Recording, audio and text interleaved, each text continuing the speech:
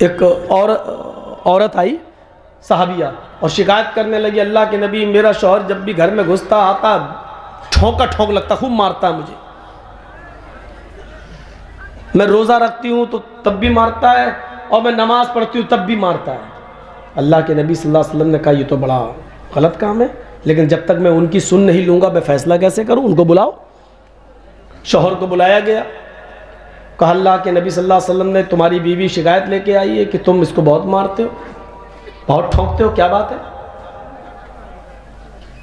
औरत ने कहा अल्लाह के रसूल ज़ारे भी नहीं ज़र्राब है, मारता ही नहीं, बहुत मारता है, जिसको हम अपनी ज़बान में कहते हैं कि ठुकाई करता है अच्छी तरह। तो अल्लाह के नबी ने कहा अल्लाह के रसूल, ओ साहबी ने कहा अल्लाह के रसूल मेरी बीवी बिल्कुल झूठ नहीं बोल रही है, सच बोल रही है। कहा क्यों? कहा अल्लाह के नबी आप ही बताइए, मैं दिन में मेहनत मजदूरी करके आता हूँ, घर में घुसता हूँ, सोचता हूँ कि अपनी बीवी से कुछ हासिल करूँ, मिलूँ, तो पता चलता है कि वो रोज़े से है। कहती मैं तो रोज़े से हूँ। ठीक है भाई, रोज़े से तो रोज़ा पूरा कर ले। इफ्तार करने के बाद, मेहनत मजदूरी करने के बाद जब मैं ईशा की नमाज पढ़ने के बाद घर आता हूँ तो अपने हाथ से मुझे खाना निकालना पड़ता है। देखता हूँ ये मुसल्ला बिछा के सजदे पे सजदे ठोके चली जा रही है, पूरी पूरी रात नमाज पढ़ रही है। अल्लाह के नबी रात में ये नमाज में पूरी रात गुजार देती है, दिन में पूरे रोज़े में रात गुजार देती है। तो अब आप बताइए, मैं इसको मारूं नहीं तो क्या, चूमूं, क्या करूं इसका? अल्लाह के रसूल का फिर पूरा गुस्सा उस औरत के ऊपर आ गया। तुम अपने शौहर की शिकायत कर रही हो, सारी गलती तुम्हारी है। तुम अपने जिस्म से अपने शौहर को रोकती हो। फिर आपने बताया कि औरत को नफली रोजा रखने के लिए इजाजत लेना पड़ेगी अपने शौहर से। हाँ, यहां यह मसला है कि अगर वो रात में नफली नमाज पढ़ रही है और शौहर उसको बुला रहा है तो उसको नफली नमाज छोड़ के शौहर के पास जाना पड़ेगा। शौहर की खिदमत करना भी इबादत में शामिल है। अगर एक तरफ तुम्हारी वो इबादत जा रही है नमाज, नफली नमाज की शक्ल में, तो दूसरी इबादत तुम कर रही हो। इस पीर से कोई पूछे कि नफली नमाज की इजाजत तुमसे क्यों लेगा कोई आदमी? अगर नफली इबादत की इजाजत तुमसे लेने लगा तब तो इसका मतलब हर काम तुमसे इजाजत लेके किया जाएगा। फिर तो हर मुसलमान औरत तुमसे पूछेगी आज हम अपने शौहर से मुलाकात करें कि ना करें। आप इजाजत देंगे तो वो मिलेगी, नहीं देंगे तो नहीं मिलेगी। हैं? अजीब हालत है। कैसा उल्टा सीधा मसला बताया जा रहा है। खैर, तुम्हारी पार्टी है, तुम उसके हीरो हो, कह सकते हो जो कहो। ये तो हमारी कौम है जो उल्टा सीधा एक ज़बान से निकल जाए तो मोबाइल पे फ़ोन कर कर के नाक में दम कर देते हैं। मौलाना ये मसला तुमने बताया कैसे, ये कहाँ है, कौन सी हदीस में? जब तक इनको मुतमईन न करो तब तक ये मानते नहीं है, फ़ोन रखते नहीं है। ये हमारी कौम है जो मौलाना को सोने नहीं देती है। एक तुम्हारी कौम है, आँख बंद कर ली चले। मेरे मौलाना ने जो कह दिया, हाँ ठीक। एक तरफ राजनीति और दूसरी तरफ इबादत। और क्या कहा, जब नफिल नमाज की इजाजत हमसे लेकर लिए बिना नहीं पढ़ सकते हो तो वोट कैसे डाल सकते हो? एक तरफ राजनीति और एक तरफ ये, कैसे जोड़ा जा रहा है? कितनी अहमियत बताई जा रही है। यानी वोट भी डालना तो मेरी मर्जी से डालो, मेरी इजाजत से डालो, मेरी इजाजत से। अब तुम कह दो कि शुभेंदु अधिकारी को दे दो तो क्या होगा? भाई तुम्हारा हुक्म है, फर्ज है कौम को मानना, तो क्या किया जाएगा? फिर देना पड़ेगा कौम। इन बातों में कुछ नहीं रखा, बात आगे चली गई। तो खौला बिनते सालबा के लिए अल्लाह के नबी ने जो रास्ता निकाला वो ये था, आए खौला बिन, अल्लाह के नबी ने बुलाया है खौला इधर आओ। मस्जिद से वो अंदर आती है, फिर घर में जाती है। फरमाया तेरी दुआ ने अर्श इलाही को हिला दिया है। आए खौला तू दुआ मस्जिद में मांग रही थी और अल्लाह ने तेरी दुआ सुन ली। यकीनन तूने उस चौखट पे सवाल किया है, यकीनन तूने उस चौखट से मांगा है जो सबसे बड़ी चौखट है। और उस चौखट के रब ने, उस चौखट के मालिक ने तेरे लिए रास्ता निकाला है।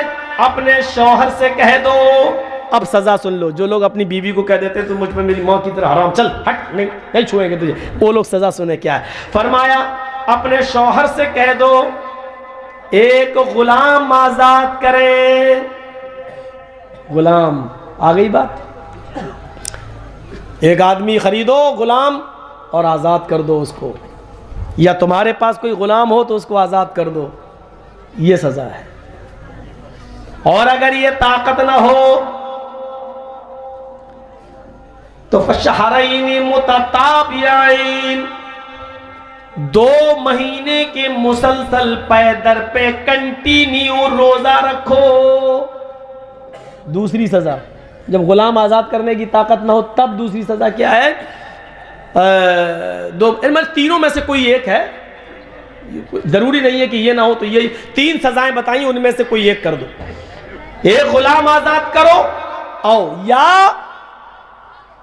2 महीने के पे दर पे कंटिन्यू रेगुलर मुसलसल रोजे रखो। ये मैं बार बार कह रहा हूं, कंटिन्यू मुसलसल, बीच में एक भी रोजा छूटना नहीं चाहिए, एक भी नागा नहीं होना चाहिए। 1 से लेके 60 पूरे 55 रोजे रख लिया आपने, 55, और एक छोड़ दिया, चलो 5 और रह गए, एक दिन आराम कर लें फिर रख लेंगे। एक दिन अगर आपने जानबूझ के छोड़ दिया तो वो 55 रोजे बेकार, 55 बेकार। अब फिर से रखो 1 से 60। बुखार आ गया, बीमार हो गए, वो एक अलग मसला है, बीमारी का एक अलग मसला है, उसमें नहीं। अगर बीमार हो गए तो अलग, या सफर में जा रहे तो रोजा नहीं, बाद में करो, लेकिन बिना किसी उज़्र के, बिना किसी प्रॉब्लम के, सस्ताने के लिए कि 55 रख लिए, एक मैं सस्ता लूं, एक छोड़ देता हूं, 5 बाद में रख लूंगा, तो आपके फिर 55 बेकार। 60 रोजे रखो मुसलसल, और ये भी ना कर सको तो 60 मिस्कीनों को खाना खिलाओ। 60 मिस्कीन, गरीब, फकीर, भूखे लोगों को खाना खिलाओ। अब एक मिस्कीन रोज खिला सकते हो, 60 दिन खिलाना पड़ेगा, या 60 को एक दिन बुला के खिला दो, हो गया, या 10-10 6 दिन में खिला दो, ये भी हो गया। ये आपके ऊपर है, 60 खिलाना है, चाहो तो एक दिन में 60 को खिला दो, चाहो तो एक एक करके 60 दिन में खिलाओ, लेकिन जब तक पूरे खिला नहीं दोगे बीवी से मिल नहीं सकते। ये है मसला। ऐसा नहीं 10 खिला दिए बीवी से मिल लिए, 50 और 10 फिर खिला देंगे, तो नहीं, आपको ज्यादा जल्दी है तो 60 को एक साथ खिला दो, मिल, कोई नहीं मना करना। 60 मिस्कीनों को खाना खिलाओ। तो बात यहां से निकली, वल्लदीना यबीतूना लिरब्बिहिम सुज्जदन व क़ियामा, गुलाम तो मेरे वो हैं जिनकी रातें सजदे और कयाम में गुजरती हैं, और अल्लाह सुनता है, अल्लाह सुनता है। मांगो दुआएं तहज्जुद में, कितनी मांगते हो, मांगो 2 रकात नफिल नमाज पढ़ के उठिए, दुआ मांगी, अल्लाह मेरे भाई को कैंसर है शिफा दे, अल्लाह मेरे बाप बीमार है शिफा दे, अल्लाह मेरी माँ बिस्तर पे लेटी है शिफा दे, अल्लाह ये प्रॉब्लम वो प्रॉब्लम, रखो उसके सामने। दुआ मांगने का सही तरीका यह है, मस्जिद के मजबूर और बेबस इमाम पर अपनी धौंस मत चलाओ, अपनी हुकूमत मत चलाओ। असल में हम उलमा ने भी अपनी वक़्त और कदर व कीमत कम कर ली है। आज हम मस्जिद के जाहिल मुतवल्ली की सुन लेते हैं, मौलाना साहब क्या बात है, ये मस्जिद में पानी क्यों नहीं आ रहा, आपने भरा क्यों नहीं टंकी, हाय हाय हाय हाय, मौलवियों को ये दिन देखना पड़ रहा है। इमाम बुखारी रहमतुल्लाह अलैह, जिन्होंने बुखारी शरीफ है, ये दिल्ली वाले इमाम बुखारी की बात नहीं कर रहा, इमाम बुखारी रहमतुल्लाह अलैह अपने वक्त के इमाम, और जिस मुल्क में ये रहते हैं उस मुल्क का बादशाह इनसे कह रहा है, इमाम साहब मेरे बच्चे को भी कुछ पढ़ा दिया करो, इतने बच्चों को पढ़ा रहे हो कुरान और हदीस, मेरे बच्चों को भी तालीम दे दिया करो। उन्होंने कहा ठीक है, आपके बच्चे को मैं तालीम दे दूंगा, कोई दिक्कत नहीं। 1 हफ्ते के बाद इमाम बुखारी रहमतुल्लाह अलैह से बादशाह मिला, कहा इमाम साहब क्या बात है, किसी मस्जिद में मुलाकात हो गई, क्या बात है, आप हमारे घर आए नहीं, मैं 10 दिन से या हफ्ते भर से इंतजार कर रहा हूं आपका, कि आप हमारे घर आएंगे, हमारे बच्चे को पढ़ाएंगे। आपसे 5-6 दिन 10 दिन पहले मुलाकात हुई थी, आपने कहा था पढ़ा देंगे, आप आए नहीं मेरे घर। इमाम बुखारी का जवाब बादशाह को क्या था? नहीं, आपका बच्चा हमारे घर आया ही नहीं है, आपका बच्चा हमारे घर आता तो ज़रूर मैं पढ़ाता। तो बादशाह ने क्या कहा? मेरा बच्चा आपकी झोपड़ी में आके पढ़ेगा, आपको आना पड़ेगा मेरे महल में। इमाम बुखारी रहमतुल्लाह अलैह फरमाते बादशाह सलामत से, सॉरी ये नहीं होगा मुझसे, आपके बच्चे को मेरे घर आना पड़ेगा और हां मेरी झोपड़ी में आना पड़ेगा। और इससे भी 2 कदम आगे बढ़कर सुन लीजिए बादशाह सलामत साहब, आपके बच्चे को मेरी झोपड़ी में आके उसी चटाई पर बैठना पड़ेगा जिस चटाई पर हमारे मोहल्ले के और गरीबों के बच्चे बैठकर पढ़ते हैं। अलग से आपके बेटे के लिए मेरे पास कुर्सी, सोफे और मखमल का कोई इंतजाम नहीं होगा, आपके बेटे को उसी चटाई पर बैठ कर पढ़ना होगा। यह जवाब था उस जमाने के उलमा का बादशाहों को। नहीं आदत थी किसी की सुनने की। कुरान और हदीस का इल्म मेरे पास सुनाएगा तू, किताब और सुन्नत का इल्म मेरे पास, और गुलामी करूंगा मैं तुम्हारी। जानते हो इस जुर्म की सजा उनको क्या मिली? बादशाह ने उनको शहर छोड़ने का हुक्म दे दिया और इमाम बुखारी रहमतुल्लाह अलैह को शहर ही नहीं मुल्क छोड़ना पड़ा। वो अपने बीवी बच्चों को लेकर शहर, बस्ती, मुल्क से निकल गए, दूसरी बस्ती में चले गए। लेकिन उन्होंने हिजरत कर जाना गवारा कर लिया, मुल्क छोड़ देना गवारा कर लिया, बादशाह की गुलामी करना गवारा नहीं।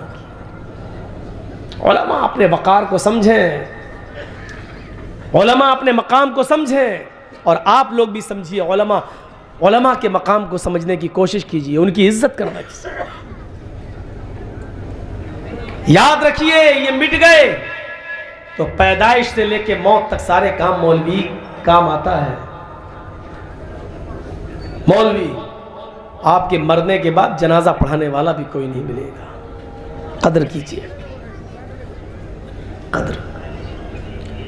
वल्लदीना यबीतूना लिरब्बिहिम सुज्जदन व क़ियामा वल्लदीना यक़ूलूना रब्बना अस्रिफ अन्ना अज़ाब जहन्नम इन्ना अज़ाबहा काना गरामा। अल्लाह के नेक बंदे, सच्चे बंदे, अल्लाह के सच्चे गुलाम तो वो हैं जो अपनी जबान से जहन्नम से पनाह मांगते रहते हैं, कहते रहते हैं रब्बना अस्रिफ अन्ना अज़ाब जहन्नम, आय अल्लाह जहन्नम का अज़ाब बड़ा सख्त है, आय अल्लाह जहन्नम का अज़ाब हमसे हटा ले, बहुत सख्त है, चिमटने वाला है, इन बहुत ही बुरा ठिकाना है वो जहन्नम। जो ये कहते रहते हैं, ये सच्चे बंदों की पहचान बताई। अल्लाह और बंदे में रिश्ता क्या होना चाहिए? एक मिसाल, वो है मालिक और मैं हूं, हम हैं गुलाम। गुलाम की ड्यूटी क्या होनी चाहिए कि किसी काम का हुक्म या कोई भी काम होता तो मेरे मालिक के हुक्म से ही है, लेकिन अगर अच्छा हो तो उसकी निस्बत मालिक की तरफ करना चाहिए, और अगर गलत हो जाए तो उसकी निस्बत वो अपनी तरफ कर ले, अपने मालिक को रुसवा न होने दे। ये मालिक और गुलाम के दरमियान एक फर्क होता है। अब आइए एक मिसाल मैं आपको सुनाऊं। आपने सुना है कभी, एक ही सफ में खड़े हो गए महमूद और अयाज, न कोई बंदा रहा न कोई बंदा नवाज। कभी सुना आपने ये शेर? हाँ, ये महमूद और अयाज जो सुना है, ये कौन था मालूम है आपको? एक ही सफ में खड़े हो गए महमूद और अयाज। महमूद बादशाह था, महमूद गजनवी, और उसका गुलाम का नाम था अयाज। महमूद के बहुत से गुलाम थे, लेकिन महमूद सबसे ज्यादा मोहब्बत अयाज से करता था, सबसे ज्यादा प्यार उसको अयाज से था, वो सबसे ज्यादा बात अयाज की सुनता था। दूसरे गुलामों को थोड़ी तकलीफ हो गई कि हम भी तो गुलाम हैं, हमें बादशाह इतना नहीं मानता जितना अयाज को मानता है। धीरे धीरे ये खबर अयाज के कानों तक आई, महमूद के कानों तक आ गई बादशाह के, कि लोग हमारे बारे में, और जो दूसरे गुलाम है 20 50 गुलाम, वो हमारे बारे में इस तरीके की बात कर रहे हैं कि महमूद के और भी गुलाम है, लेकिन महमूद अयाज को इतनी मोहब्बत क्यों करता है? जाता है तो अयाज को लेके जाता है, नमाज पढ़ता है तो अयाज को अपने बगल में खड़ा करके पढ़ता है, खाना खाता है महमूद तो अपने गुलाम अयाज को अपने पास बिठा के खिलाता है। इतना प्यार अयाज से क्यों है महमूद को? महमूद गजनवी ने फौरन अपने सारे गुलामों को बुलाया और एक लाइन में बैठने के लिए कह दिया। महमूद गजनवी के सारे गुलाम एक लाइन से बैठ गए। महमूद गजनवी ने अयाज को इशारा किया, तुम भी तो मेरे गुलाम हो, चलो लाइन में तुम भी बैठ जाओ। अयाज भी लाइन में बैठ गया गुलामों के साथ। अब महमूद गजनवी ने कहा, हीरे का डायमंड का हार लाओ। हीरे का, सोने का नहीं, गोल्ड का नहीं, हीरा डायमंड उससे भी ज्यादा कीमती। और हीरे के हार को उसने तोड़ दिया और हीरे का जो एक एक पार्ट्स था, एक एक हिस्सा डायमंड का, उसने हर एक गुलाम को दे दिया और सब गुलामों को एक एक हथौड़ी दे दी।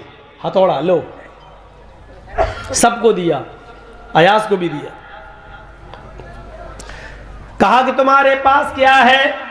सारे गुलाम बोले डायमंड, हीरा। दूसरे हाथ में क्या है? हथौड़ा। चाहो इस हथौड़े से इस डायमंड को तोड़ दो। तुम्हारे पास जो डायमंड है, जो हीरे हैं, इनको तोड़ दो। इतना कीमती डायमंड तोड़ दो। फिर उन्होंने अपने बादशाह का हुक्म मानते हुए सारे गुलामों ने हथौड़ा मार दिया, डायमंड तोड़ दिए। अयाज ने भी तोड़ दिया, सारे गुलामों ने तोड़ा, कोई नहीं बचा, सब ने हथौड़े मार दिए और डायमंड तोड़ दिया।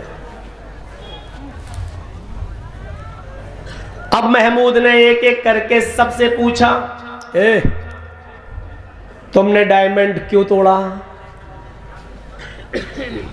ये गुलाम खड़ा होता है, हजरत मेरे आका मेरे मालिक, मैंने डायमंड को इसलिए तोड़ दिया क्योंकि मेरे आका का हुक्म था। डायमंड की कीमत मेरे आका के हुक्म से बढ़कर नहीं थी।